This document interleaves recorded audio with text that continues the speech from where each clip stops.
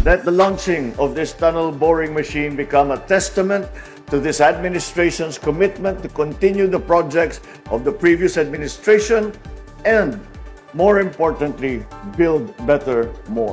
More than 1 year ago, noong January 9, 2023, dito mismo sa spot na to, tumayo si President Ferdinand Marcos Jr.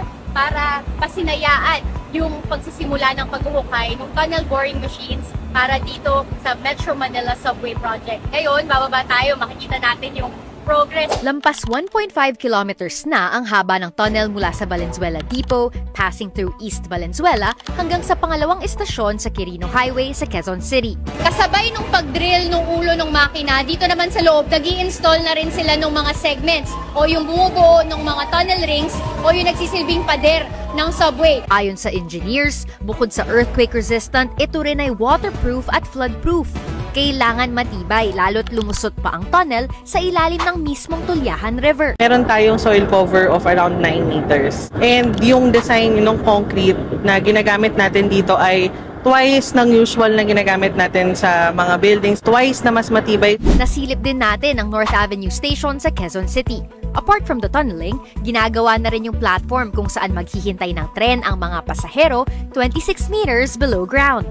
Projection po namin sa opening year, ang demand po can go as high as 519,000 daily. Sa 2030 pa, inaasahang magiging fully operational ang subway na pabibilisin ang biyahe from Valenzuela to Naiya to just 41 minutes. Importante talaga is mag-operate yung project na to as early as it can operate, no? Because it will really contribute to the comfort of the passengers. It will solve traffic problem. Konektado ang subway sa North-South Commuter Railway o NSCR na itinatayo rin ngayon. Tatakbo ito ng 147 kilometers mula Clark, Pampanga hanggang Calamba, Laguna. Unang magiging operational ang Clark to Valenzuela segment by the end of 2027 or early 2028. Meron pang ongoing projects like the MRT-7 and LRT-1 Cavite Extension. Ang common roadblock nilang lahat, right-of-way issues. Para mapabilis ang proseso, tinutulak ng economic team na amyendahan ng Kongreso ang right-of-way law. Tatamaan din ng ilang proyekto ang maraming informal settlers tulad ng pamilya ni Vicente Gochinco. Ayoko sanang lumayo dahil dito ang trabaho ko. Ay kung lumayo ka, may trabaho ba doon? Wala. But the DOTR has this assurance. It's a requirement by JICA and EDP that yung mga affected families should be compensated well. Kung halimbawa ililipat mo sila sa another property, hindi dapat mas mababa yung level ng kanilang standard of living. Ang vision ng DOTR, magkaroon ng Pilipinas ng mas interconnected na railway system by 2030. Pero puna ng Ibon Foundation, masyadong concentrated sa NCR, Central Luzon at Calabarzon ang infra projects. Kung gusto ng gobyerno na makatulong yung ginagastos na pondo din sa ordinaryong Pilipino, dapat i-disperse sa iba't ibang mga rehiyon na mas nangangailangan ng infrastructure. Kayo, anong tingin nyo dito? So mga kapamilya, andito tayo sa Camp Aguinaldo Station ng Metro Manila Subway Project. At kung maalala nyo, last time na nandito tayo, 3 months ago, dun palang sinimulan yung pagbubungkal ng tunnel boring machine dito. Pero ngayon, 3 months later, nakabalik tayo, 88 meters long na yung tunnel. Ayan yung itsura sa loob nung eventually ay dadaanan nung train. Ito namang kabila na tunnel boring machine, naka-install na rin, pero hindi pa nagsisimulang mag-drill. Target nila after Holy Week, magsisimula na din yan. Sinamahan natin dito si Secretary Vince Tizon. Ininspeksyonan niya at ang paulit-ulit na instructions niya dun sa team ay keep going, don't stop. Gobyerno ang magtatrabaho to give you more land, to work with. Basta kayo, don't stop, keep going. Aminado kasi siya na right-of-way issues pa rin talaga ang pinaka nagpapabagal sa usad ng proyekto. Kulang sila sa area na pagtrabahuhan. No? Ibig sabihin, nagkukulang ang gobyerno sa pagbigay ng right-of-way. Problema kasi, may area na ibibigay, pag wala ng area, hihinto sila sa trabaho. Which is costly. Because of all the delays, sabi ni Secretary Dizon, imposible nang matuloy pa ang partial operations ng subway sa 2028 Sabi niya, ang pinakamaaga na kayang mapush yun ay 2032 na. Pero meron din namang konting good news. We're able to get the permit to entry sa White Plains, so okay na yon.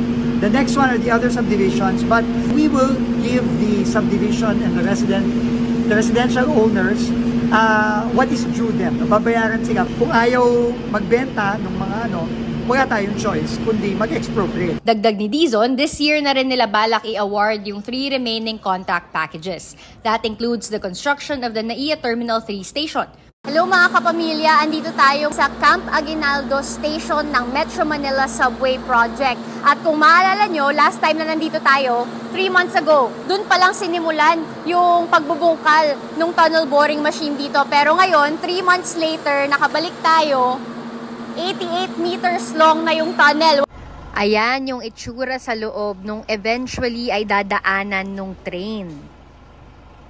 Ito namang kabila na tunnel boring machine, naka-install na rin, pero hindi pa nagsisimulang mag-drill. Target nila after Holy Week, magsisimula na din yan. Sinamahan natin dito si Secretary Vince Dizon. In-inspectionan niya at ang paulit-ulit na instructions niya dun sa team ay keep going, don't stop. Gobyerno ang magtatrabaho to give you more land, to work with. Basta kayo, don't stop, keep going. Aminado kasi siya na right-of-way issues pa rin talaga ang pinaka nagpapabagal sa usad ng proyekto. Kulang sila sa area na pagtrabahuhan. Ibig sabihin, nagkukulang ang gobyerno sa pagbigay ng right-of-way. Problema kasi, may area na ibibigay, pag wala ng area, hihinto sila sa trabaho. Which is costly. Because of all the delays, sabi ni Secretary Dizon, imposible nang matuloy pa ang partial operations ng subway sa 2028. Sabi niya, ang pinakamaaga na kayang mapush yun ay 2032 na. Pero meron din namang konting good news. We're able to get the permit to entry sa White Plains, so okay na yon. The next one are the other subdivisions, but we will give the subdivision and the residential owners what is due them. Babayaran sila. Kung ayaw magbenta ng mga wala tayong choice kundi mag-expropriate. Dagdag ni Dizon, this year na rin nila balak i-award yung 3 remaining contract packages. That includes the construction of the NAIA Terminal 3 station.